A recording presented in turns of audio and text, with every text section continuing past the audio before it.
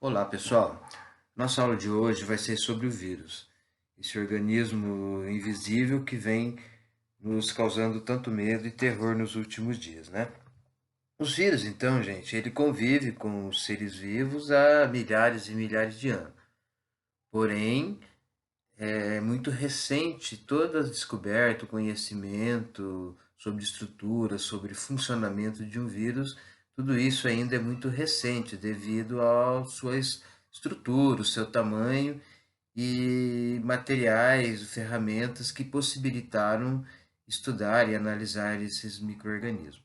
Na verdade, por muitos estudiosos, ele não é considerado um ser vivo, por ele não ser um organismo possuidor de células, que é um dos critérios de consideração de um ser vivo, ser formado de células, ser constituído por célula e ter condições de passar pelo ciclo da vida, ou seja, nascer, crescer, reproduzir, envelhecer e morrer. Os vírus, então, ele tem a capacidade de passar pelo ciclo da vida, mas em algum momento que ele esteja dentro de uma célula verdadeira, parasitando uma célula verdadeira. Pode ser uma célula de um organismo unicelular, como uma bactéria, ou uma célula de um mamífero muito grande, como um elefante ou um ser vivo qualquer. Então, os vírus, eles são organismos considerados pela biologia acelular. Então, ele não pertence a nenhum grupo de ser vivos. Para vocês terem uma ideia do tamanho de um vírus, pessoal, tenta imaginar uma estrutura de 1 milímetro. 1 milímetro seria aquela menor medida que a gente pode visualizar na régua, aqueles dois risquinhos menores entre aqueles dois risquinhos, aproximadamente em um grafite 0,5. Então, 1 milímetro é muito pequeno. Para nós ter uma ideia do tamanho de uma célula, ela tem em torno de 100, de 50, 100 até 200 micrômetros. Mas o que é um micrômetro? Então, se vocês analisarem 1 milímetro, como eu disse, que é uma espessura aproximadamente de um grafite, se a gente pegar 1 milímetro e dividir ele em 1000 partes, cada parte desse 1 milímetro, dessas 1000 partes de 1 milímetro, é considerado um micrômetro. Então, a gente começa a avançar nas escalas micrômetras. Por isso, nós estudamos bactérias, que é em escalas micrômetras, que é um organismo unicelular, e também podemos estudar as células ou outros micro-organismos.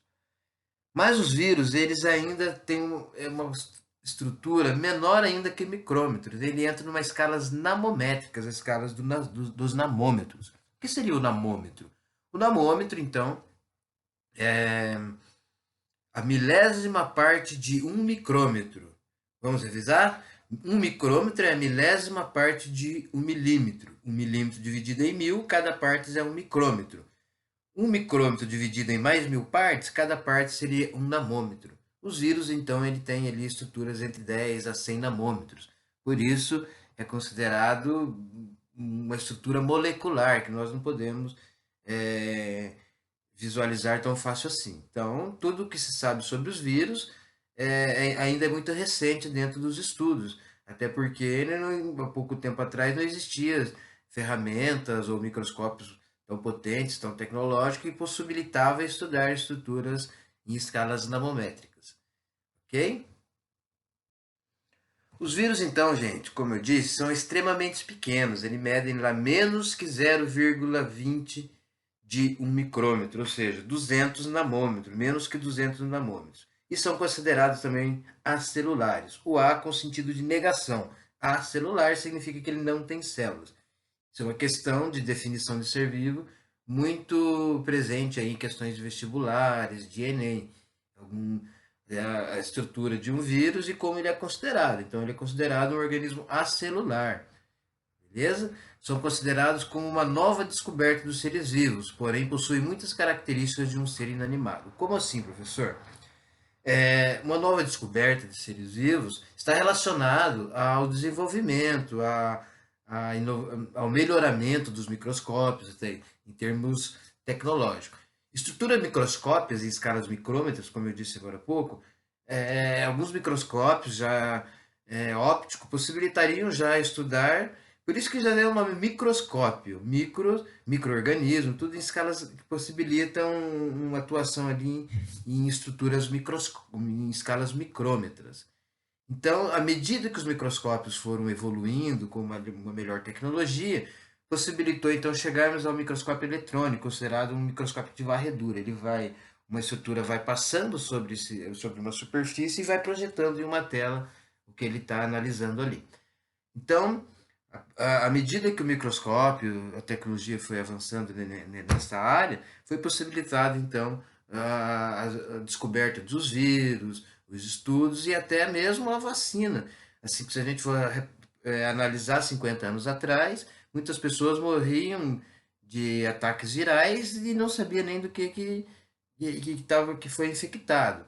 Então, à medida que os microscópios e o estudo dos vírus foram melhorando, foram descobrindo muitas causas de muitas doenças e desenvolvendo vacinas que acabou imunizando muitas outras doenças, erradicando algumas doenças causadas por vírus na nossa história.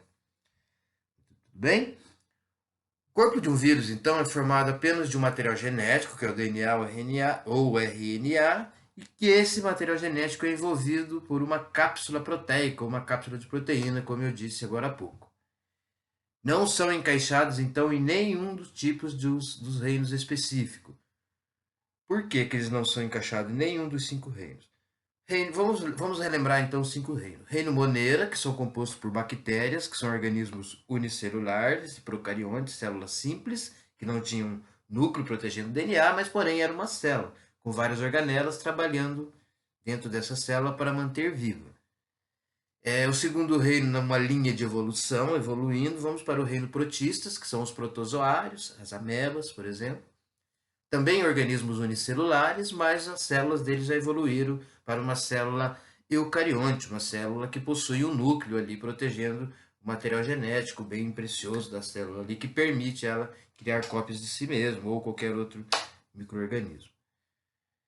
Continuando numa linha de evolução, vamos para o reino fungi, organismo então mais bem evoluídos, mais complexo que o reino Monera, do que o reino protista também.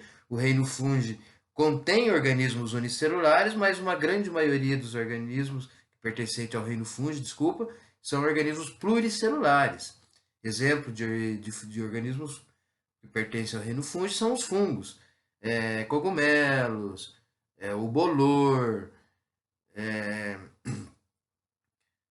por exemplo, algumas doenças que são causadas por vírus, como micoses, o ferrugem nas folhas das plantas. Então, os fungos, a gente já pode visualizar ele a olho nu, sem auxílio de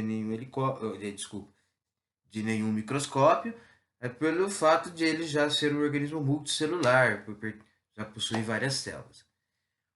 Seguindo essa mesma linha de evolução, entramos no reino planta, ou também considerado reino vegetal, trazendo para o português. Reino vegetal, organismo então pluricelular, todos os organismos pluricelulares, e são organismos fotossintetizantes, que fazem fotossíntese, considerados autótrofos ou autotróficos. Autoindependente, trófos de alimentação. Então ele é independente de alimentação, ele produz o seu próprio alimento através do sol, num processo conhecido como a fotossíntese. E o grande reino animal, que considera desde uma esponja do mar, que é um ser séssil, imóvel ali, até os mais evoluídos mamíferos.